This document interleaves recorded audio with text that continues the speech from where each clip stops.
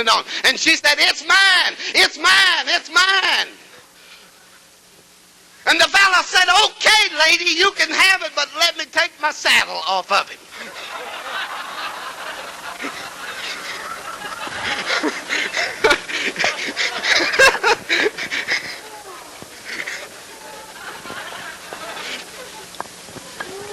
And since then, I thought I better watch every move she makes, you know. That really didn't happen.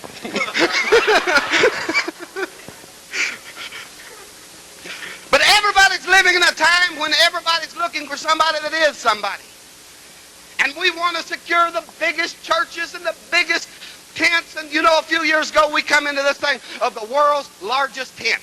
And I guess 15 preachers had the world's largest tent back in the 50s. Y'all may not have known about that. But we want someone that is really somebody. I live in the city of Springfield, Missouri, which we often affectionately refer to as Mecca.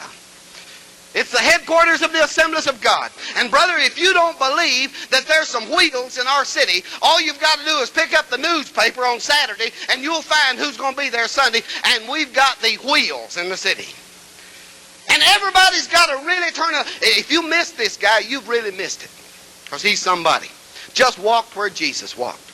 Or some big line that long behind what all he's done. A few months ago, actually, they had at Central Assembly of God Church, they just bought them a new piano.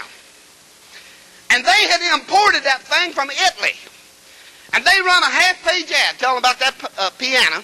And they said, "We've got a sure enough Italian that we've flown over here, and he's going to play that piano the first time."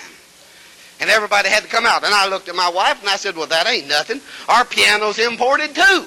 It's a Yamaha. We imported it from Japan." And so it wasn't so big to have this big imported piano, you know. But everybody is looking for somebody that's really can turn it on. And the Bible tells us of a nation that was in trouble. A nation that God had rejected the king. And God said, "King Saul is no longer acceptable in my sight." And he spoke to the prophet Samuel, and he said, "Samuel, I want you to go down to the house of Jesse, for among his sons I'm going to choose a king out of it for Israel." Samuel said, "Oh, I can't go down there. If I do," said, "Saul will kill me." And God spoke to the prophet and said, "You go down and tell him you're going to have a prayer meeting." See, this will weed out a bunch of them when you have a prayer meeting anyhow. And nobody particularly cares if you're having a prayer meeting, because he'll weed them out real quick. And he said, "Tell him you're going to have a prayer meeting, take a heifer along, and I want you to go down and tell him to bring his children, and out of his children I'm going to choose a king for Israel." The Bible tells us that Samuel went down and said to Jesse, "Bring your sons, we're going to sacrifice to the Lord, we're going to have a prayer meeting." And after they got to the prayer meeting, they began to sacrifice and pray. And Samuel said, "Here's the real reason I've called you." Said, "You see, Israel's in trouble. Saul has been rejected. We need a leader."